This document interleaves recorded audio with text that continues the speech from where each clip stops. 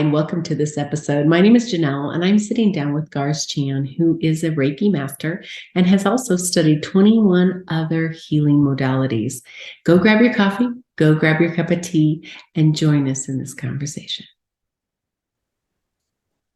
Hi, I'm sitting here with a new friend, Garz Chan. Thank you for coming in and blessing us with you. Gars, you have studied over 21 different healing modalities. Wow. And as you shared with me earlier as we were chatting, that and that's just the beginning, isn't it? Yeah, like you said, just scratching the surface. Yeah, we just scratched the surface. It's beautiful, but I would like to. So let's go back before we move forward into okay, what could that next? If we're scratching the surface now, where can we go? Before we go that direction, how did all this begin for you? How did you're a healer? You're an accomplished healer. How did all of this start for you? Uh, well, professionally, I would say when my son was a baby, yeah, he was a year old, he had seven colds back to back. And with one day in between of wellness, and as a mother, you just know something is not right. So I contacted a healer that I knew, and he put me in touch with his master. I waited, I think, 2 weeks for a 20-minute phone session at the time. And he worked on me and my husband at the time, for 20 minutes. And the next day, my son was well and stayed well. He was doing a lecture at the Bodhi Tree bookstore in LA. So I went to see him. And I was just really blown away by how he worked on the people in the room, like within minutes. He was like a Jedi master. And I gave him a compliment. I wanted to acknowledge him. And then he convinced me that it was really simple what he did. It was really easy what he did. Anyone can do it. You could do it. And I was like, I don't think so. But my mum was visiting at the time from England. So I said to her, why don't you go and do this workshop? Because she has a very healing energy about her. And my mum, being a very smart lady, said, your birthday is coming up. Why don't I pay for you to do the workshop, and then you can work on your son? And at the time, I thought it was a bit of a shit present, you know what I mean? Like, I didn't really want to do it and wasn't convinced that I could do it. But I thought, yeah, I could learn to do something and work on my son. So I enrolled, and I haven't stopped learning since. So how long ago was that? Well, my son's 16 now, so 15 years ago. Wow, 15 years ago. And before that, you had no inkling at all that you were a healer or could be a healer. Uh,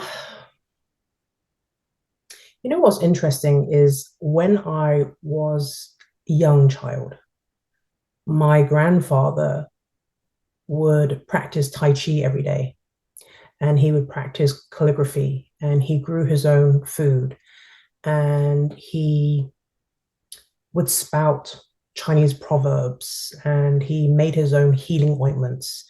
He would rub his palms together and put his palm on my body wherever I felt pain. And the pain would disappear within a few minutes. And I thought that that was natural, that everyone did that. But he was the only person in my family that would do that. And I just assumed that he was able to do that because he was wise and he was humble and he was kind.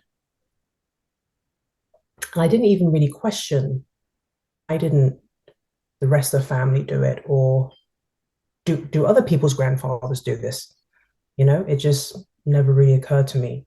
So there were also Hong Kong movies that we would watch where people would fly around in these amazing robes, fly around treetops, and they were martial artists and, masters in Shaolin Kung Fu or whatever, and they would heal people and freeze people.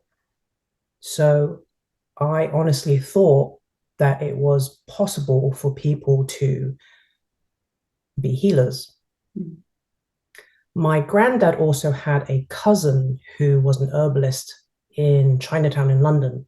So whenever we'd go to London, we would go and visit him, and he would check our tongues and take our temperatures and check our pulses to see, what kind of herbs that we would need. So, but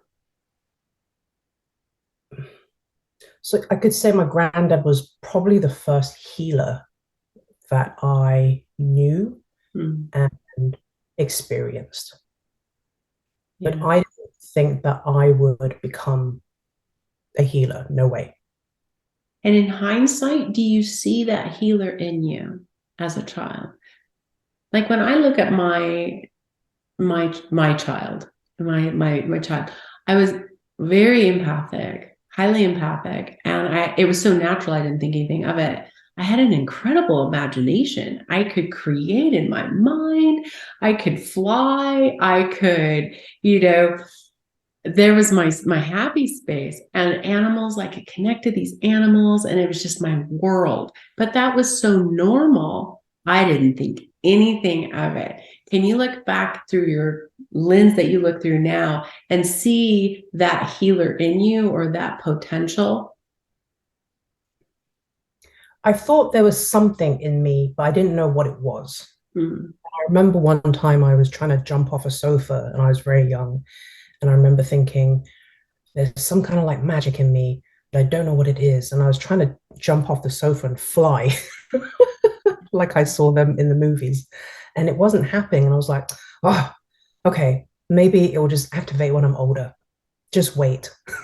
Yeah, I used to do that too. Exactly. I knew I could fly. I knew it.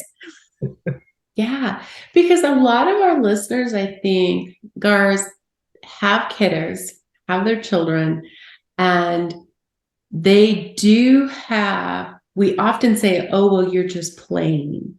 And one of the hats I wear is I work with neurodiverse individuals. So autism and the dyslexia and ADHD. And often the kiddos will come in and they're so in their minds and so creative. And they often get labeled as you're not paying attention or you're not focusing.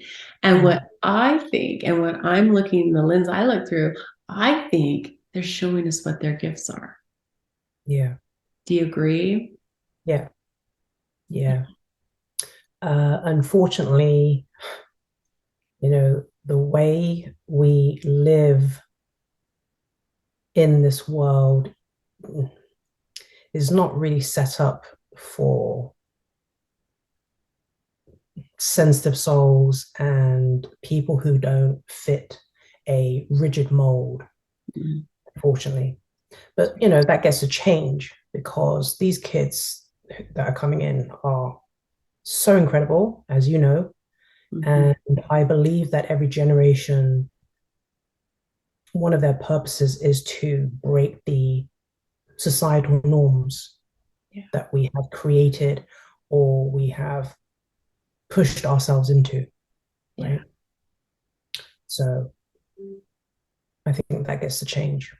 That does get to change. And that's why we talk. That's why we're giving that generation, this generation that's coming up, the space to be and create all that beautiful without having that feeling that I have to shut this down. I have to shut this down to fit in. We're speaking and creating a space and paving that way, if you will, through our work and others like us that are in this energy and this move in love to set that space, aren't we? So that they can have a voice. We have a voice. They can have even a bigger voice to really help us as a human group, as a that group of the world to shift. Yeah, and I'm seeing a lot of people, young people, who are naturally quantum jumping. They're naturally timeline jumping. They're naturally astral projecting. They're naturally, speaking to spirits and talking to spirits and doing energy healing. Like these kids, they're not going to classes. Right. They just can do it. They're just, yeah, it's very natural to them. And they're not ashamed. They're not hiding either. Not like my generation, you know, which it makes me, it excites me. Like just thinking about it, I get chills, Is it mainstream? No. Is it the norm right now? No. But there's enough of them who are being very loud and proud about who they are, and I think it's amazing. I'm kind of like envious that, I'm not in their generation, but I'm in my generation for a reason. So I know, right? But to be in theirs would just be, oh my gosh, I agree with you. Yeah, I agree with you.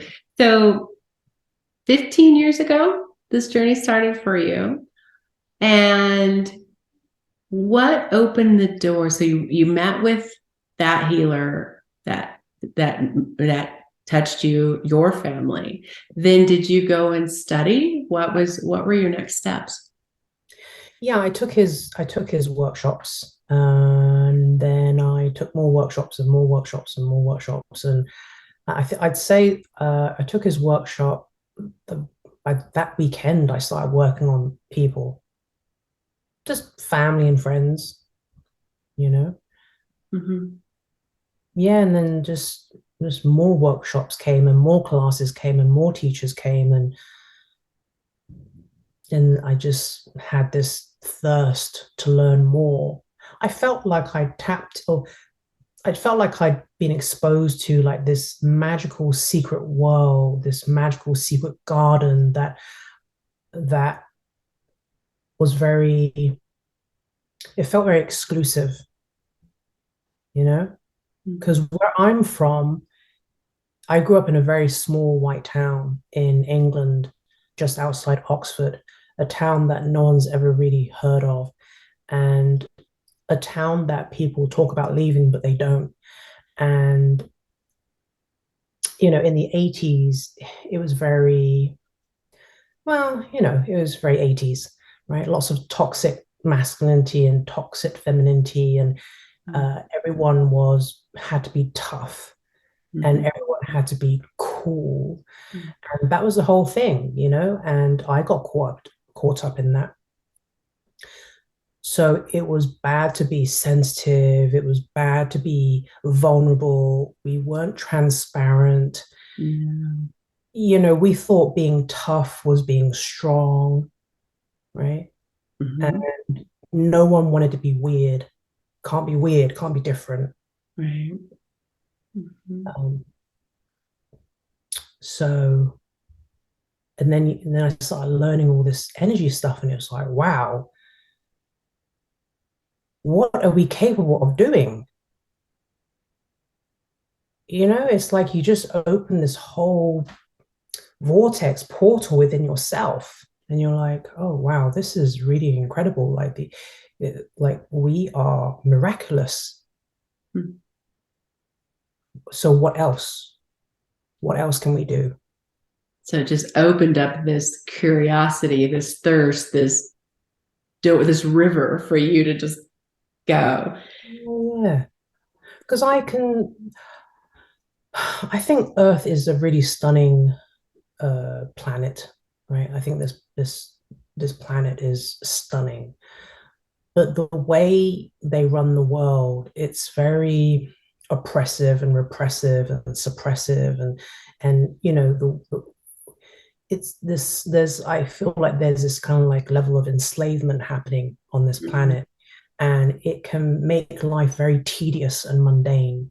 Mm. So when I discovered energy healing, it was like, oh, there's this whole other dimensional realm that you can enter where it's magical Mm. and there are no rules and there's no ceiling and there are no limits. It's like, oh, I want to be there, Yeah. right? Were there blocks to that for you? So as you're going through and learning these things, you had a drive to it. But were you would you hit these blocks that you would need to work through? To do healing or to Yeah. become a professional healer. To just really engage with this healing gift that you were growing in.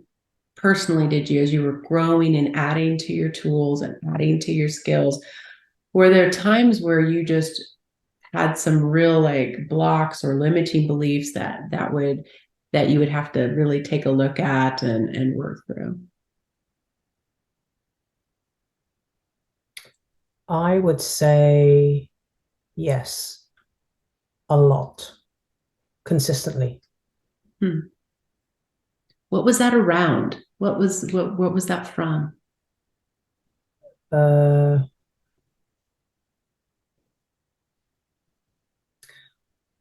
I grew up in a country where it's a very strong class system and you have to stay in your lane. Mm-hmm. And not everyone can succeed. Okay. So you have to be a certain class, you have to be a certain race, you have to go to the right school, you have to come from the right family, live in the right neighborhood, right? All these things.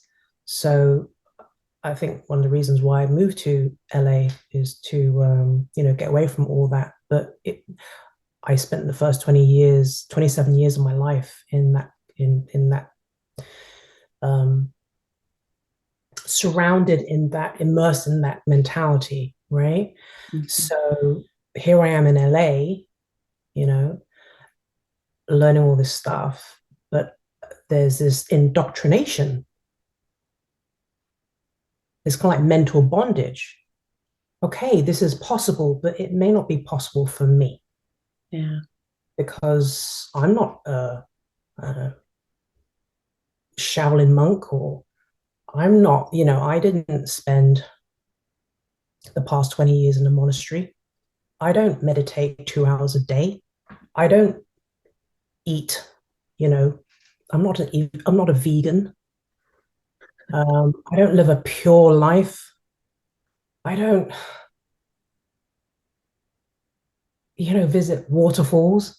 I mean, you name it, so yes, there were a lot of limitations that I had to break through in order to do this work.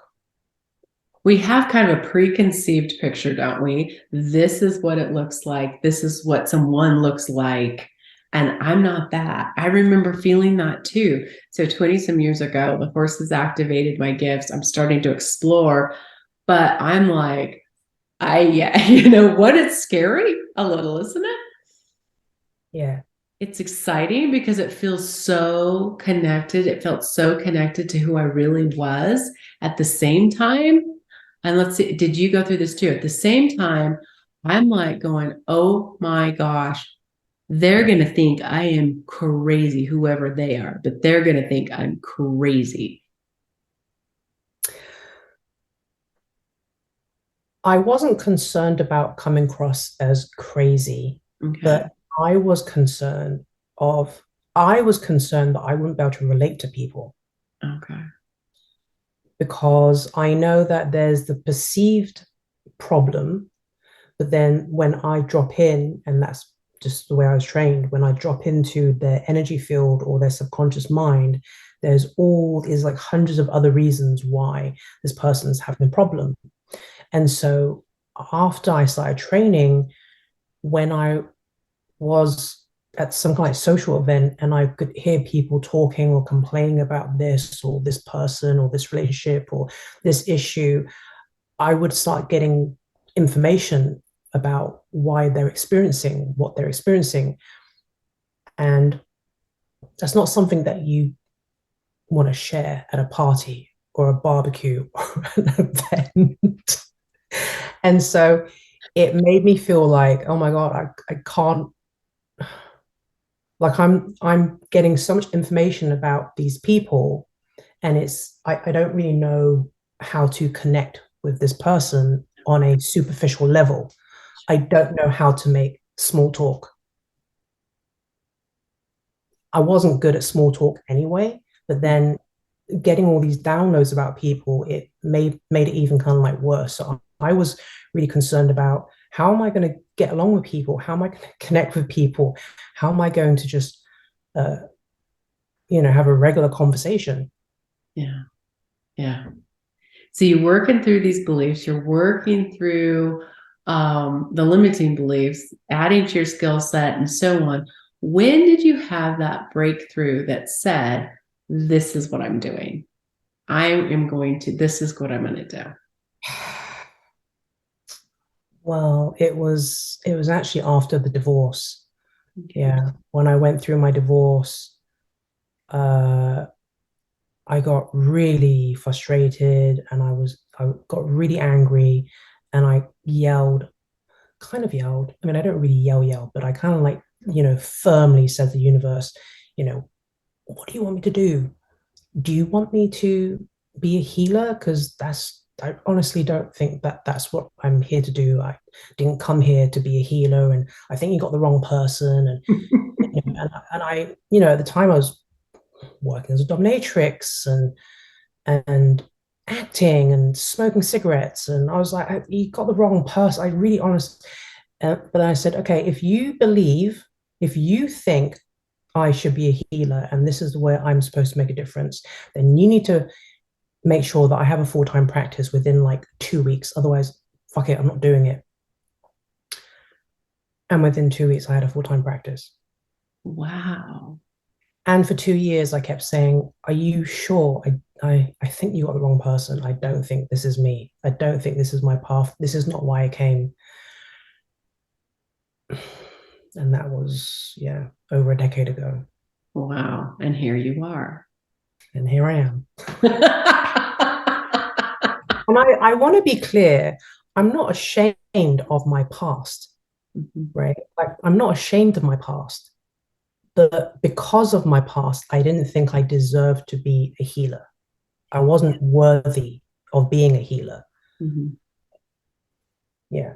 So, Yeah, absolutely. And I think for many of us and many of us that are individuals that are joining us in this conversation, that our personal journey from where it starts to where we're sitting right now, we're going to have these different moments. Yours were you're working through, your the way you were brought up and the limiting, boxes that created for you and your perception.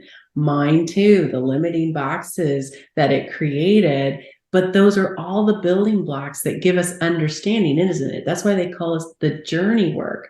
We work through those boxes to understand more about our work, about other people, about, there's many layers to that learning, about our gifts. That's just so much a part of our journey work. Absolutely. Yeah. So what's the fifth dimension? I want to take a look at that because there's a lot of conversations around, we're moving and shifting 3 dimension to fifth dimension. What, if you were to describe that, what is the fifth dimension? well, I mean, simply put, is fifth dimension just means an acknowledgement that time is not linear. It just means that there is no past and future. Everything is happening simultaneously. But we're not quite there as a society yet. Uh, so we're still very much in the 3D, right? So there's a past life, there's a present life, there's a future life, there's a childhood and present time and a future, right? But when you're working with the fifth dimension, there is no past life. All of your lifetimes are happening simultaneously, and there are infinite versions of yourself. Now, that's something that my generation, some people are okay with that, but a lot of people, the majority of people in my generation, they can't wrap their heads around that. And I find that my son's generation, well, all the kids that I'm seeing are, they're like, well, yeah, there is that's all there is. Interesting. That seems more obvious to them. Yeah. Ew, that's so interesting. Because we might be from a very similar generation, because mine as well. It's like, you've got time. It's very much on a timeline. And that has been one of the things I'm personally wrapping my mind around. I get that we could get, like you described, we can get out of time, and here we go. It's all here, it's all now. But how do the two work together? Because our physical body is on this earth. And I'm going to say it and talk me through that, because we're on this earth.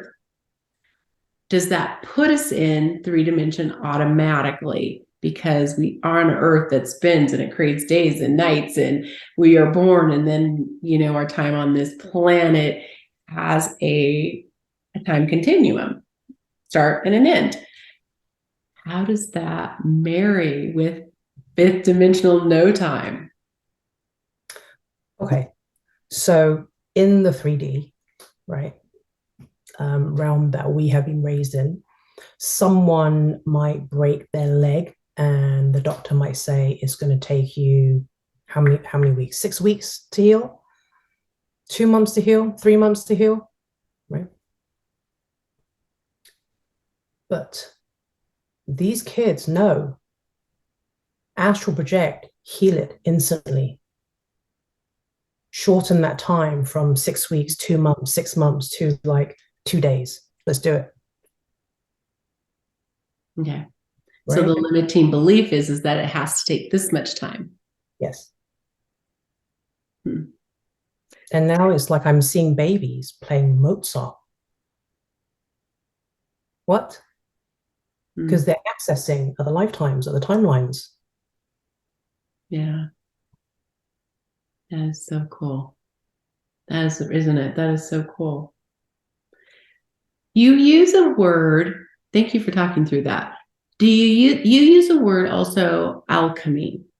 I think there's a lot of different understanding. Talking about beliefs right now, there's a lot of different understanding of the word alchemy. What does it mean to you? Traditionally, it means someone who can transform lead into gold, right? Mm-hmm.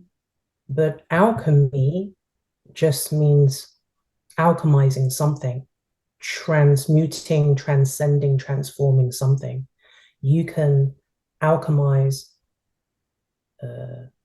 hurt and pain into healing. You can alchemize anger, rage, hatred, bitterness into love and forgiveness. Mm-hmm.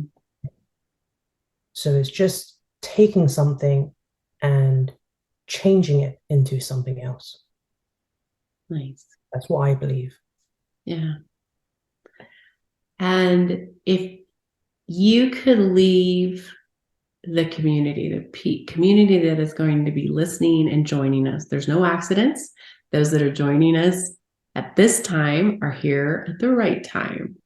What should be their takeaway? What is for them today? Well, it's not, I mean, it's really not for me to tell anyone what their takeaway is, like 10 different people can have 10 different perspectives, and it depends on their childhood and their limiting beliefs and their outlook and their attitude and why they're here, and different things are going to jump out at them. I would like, is that presumptuous of me to want people to go away feeling hopeful, inspired, passionate, committed to igniting their own gifts, their potential. Get curious. Yeah, be curious. What is your potential, Yeah. Beautiful. right? What Yeah. is really dormant in you that you've been suppressing that could really help you in so many ways? And it just doesn't have to look one way. It can look, Right. we all have our start. You had your start with your kiddo, helping your son, helping your family. I had my start with the horses, helping them heal. It can look so many different ways. There's no rules around this, is there? No, I think everyone is magical, Mm-hmm. and everyone has strengths in different areas. I have a group of close friends, and not all my friends are, do what I do. Not all my friends are healers. Actually, none of them are. Maybe one. But having said that, I do have a friend who somehow manifests synchronicities at least once every fortnight without Cool. intentionally doing it, Hmm. right? And she's always in disbelief that something just happened and it was completely synchronized. And and then I have another friend who's, very psychic and can predict things that are going to happen, but she's not working as a healer, you know. But you don't have to work as a healer to use your gifts. Absolutely. Yeah.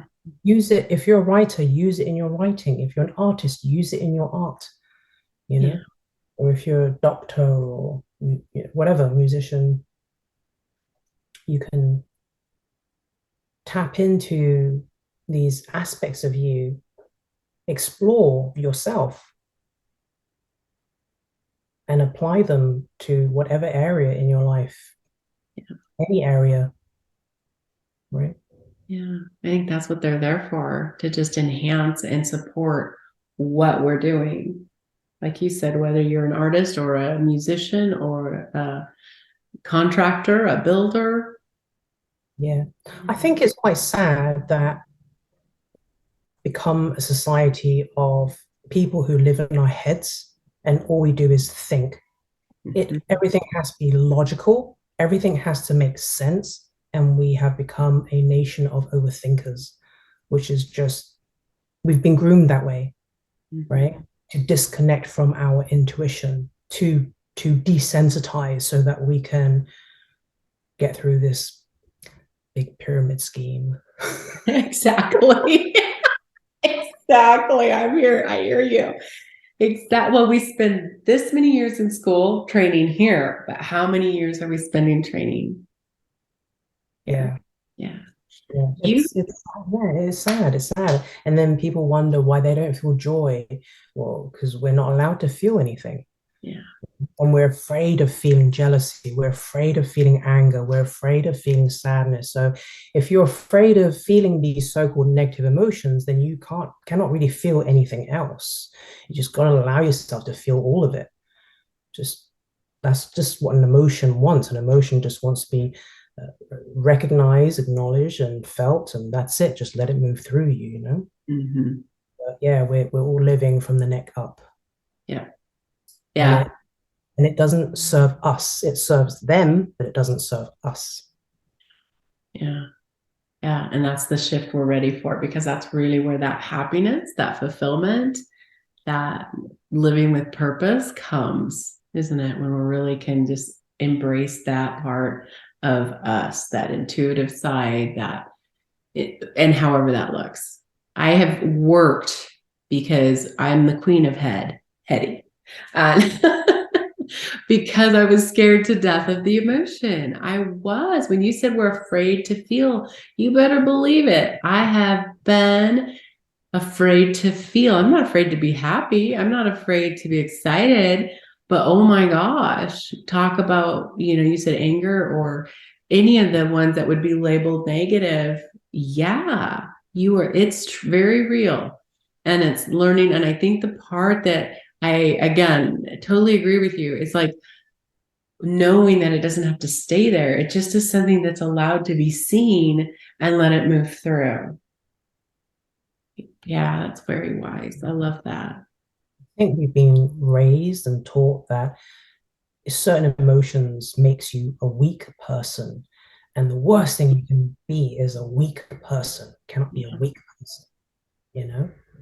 But now that I'm older, I realize being tough is not strong at all.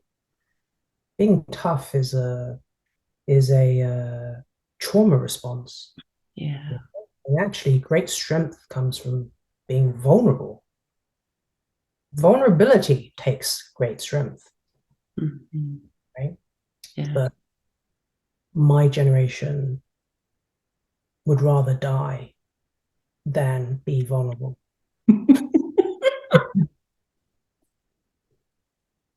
That's so true though, isn't it? There's so much pride, so much pride, Yeah. you Yeah. know, even just admitting that they're wrong or, like saying sorry, like, oh, it's so painful for them. Painful. Yeah. And that's where the power is. Yeah.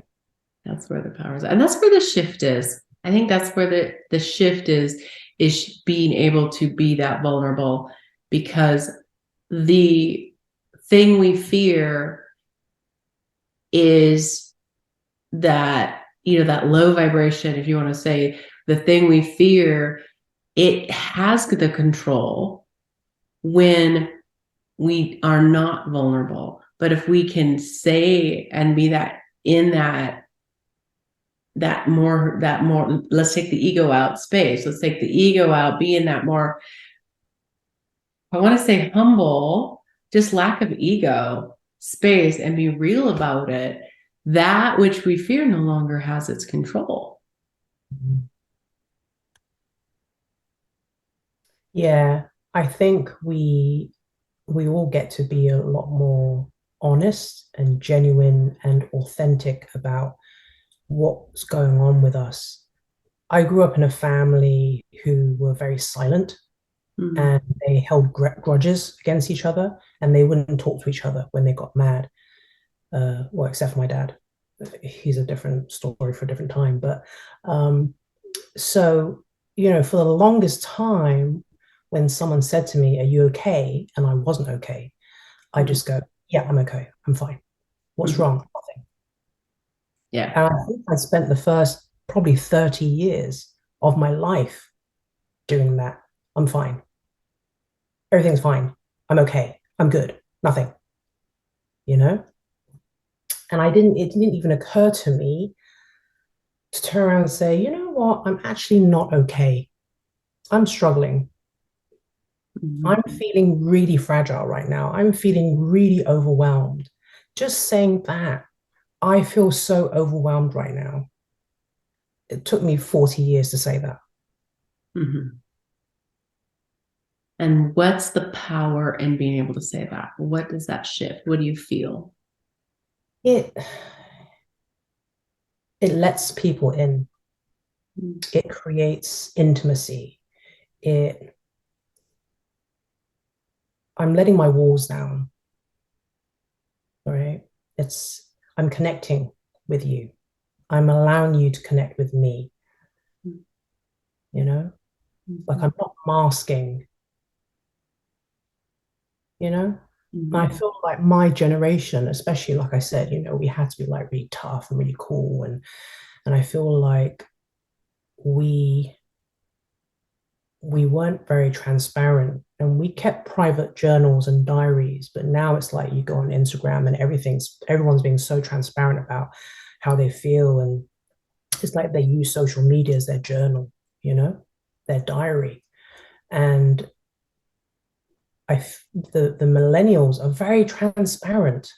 I think it's good. I think it's great. I'm just not used to being that way, you know? Yeah, Does that make sense? totally makes sense. I agree, because it has not been easy for me to be transparent either. Like very similar. It's like, are you okay? How are you doing? I'm fine. And in a lot of the ways, I am fine. I'm just not looking below here. I'm not bleeding out, right? I'm not bleeding out anywhere. I'm fine. But that goes back to what you've said. It's about being tough. It was the way you survived. You were tough. That's how that was perception. You were tough.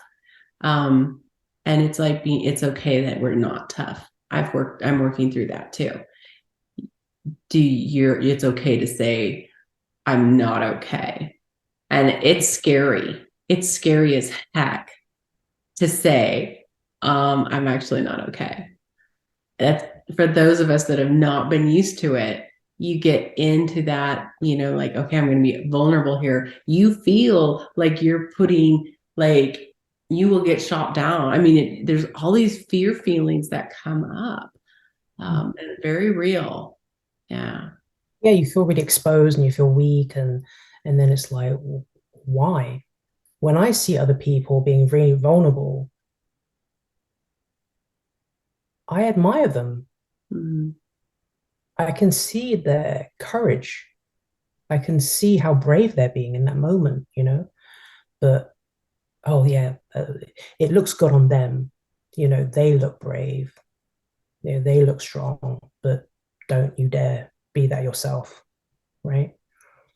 Because I feel like I grew up with a lot of like, just get on with it. Mm-hmm. Get your shit together. Get your shit together. Exactly. Mm-hmm. Gotta have your shit together at all times. Never show weakness. Uh, people will take advantage of you. Mm-hmm. You need to toughen up. You're thin. Your skin is too thin, right? You need to thicken up your skin if you want to survive in this world, right? The world is full of sharks. Dog eat dog. I mean, it just goes on, doesn't it? It So does. it's like, okay, sink or swim. Uh, you can be intimidated or you can be intimidating. Yeah. Yeah. Which one is stronger? To be intimidating, of course. Yeah. But then it's masking because it's not how one really feels inside. Yeah. And this is where healing begins, our personal healing journey, isn't it? Why am I feeling the need to have to? There's opportunity to heal. And your classes, you offer 3 beautiful classes, 3 different ways people can work with you. I went on your site and there's 3. So one class is maybe 3 different ways to plug in. It's, Okay, you walk us through that. What do you got? What do you have? it's actually one workshop. Okay. One is pre-recorded, available online so that people can take in their own time. The second workshop is the same workshop, but it's on Zoom.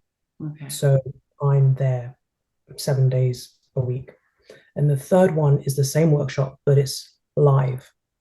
But I don't have the later 2 planned. I only have the pre-recorded one available right now. Okay. And Yeah. really being able to, what is this workshop working with you? What are they going to take a look at? What are they focusing on, and the benefits of taking this course with you? Well, they get to, it's like a buffet, right? So they get to try out lots of different things. Like they get to learn about the chakra system if they want to work the chakra system. They get to meet different guides and different totems, and they get to dabble in a bit of energy healing, karma clearing, past life reading, astral projecting, psychic mediumship, parallel jumping, quantum jumping, medical mediumship, remote viewing, reading objects. There's all kinds of That's beautiful. IET, integrated energy therapy. Yeah. Light language, if they want to learn light language. Yeah, So so if you're curious about different energy studies, and they can get a taste of, okay, here's this piece. This is what this looks like. Here's let's open up your mind of what's really possible. mhm, That's whoa, that's fantastic. All in one place. all in one place, but it's all designed to help them develop, their clairvoyance and Okay. clairsentience and clairaudience, and you know, it's just to help them to develop their clairs, you know. And some people will come away and go, "Oh my gosh, I can speak to my grandma," you know, who's crossed over. And then other people will say, "Oh, I love connecting with the archangels." And then other people will go, "Wow, I astral projected for the first time and, did some instant healing on someone," right? So it has a little something for everyone, you know? Okay, beautiful. We'll share that link, your website link, with the audience so they can go look and explore that for themselves. And also, you are an author, and I'm an award-winning author, 2 books. Tell us about your books. Yeah, I just started writing like 9 months ago because I was in meditation. I said, what can I do for fun? I'd like to do something for fun. And I was told children's books. I didn't believe at the time, but um, I do as I'm told by the spirit. And yeah, so I started writing. And the first book is called The Kindness Guru. And it's about loving yourself. Nice. And it's about developing healthy, positive habits. It's for children. And then the second book is called, well, the first book is called The Kindness Guru. Yeah. The second book is called Flipper Feet Pete.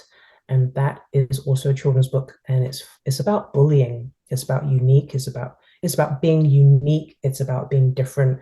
And it's about consent as well. Beautiful. And I'm just finishing up a third one called The Little Healer. Yeah. Oh, neat. Oh, yay. Oh, that's so cool. Where can your books be found? On Amazon. Okay. Yeah. Nice. So we'll put the titles in the links as well, so you can look up the books. They sound awesome. And it's so cool to be able to share that with the children and just help them get good positive messages. Yeah. Yeah. Yeah. Okay. Thank you. Thank you for sitting down with me. Thank you for sharing your story and challenging me. So, y'all, I got challenged today. So, I did. I grew because of this conversation. And for that, I will be forever grateful. Audience, I hope everybody, if you have questions for us, put them in the chat. We'll be checking in and making sure and answering and getting back to you. So, Gars, thank you. You're amazing. Thank you. Thank you very much. Blessings to you and your business and all that you create in your future. You're a beautiful soul.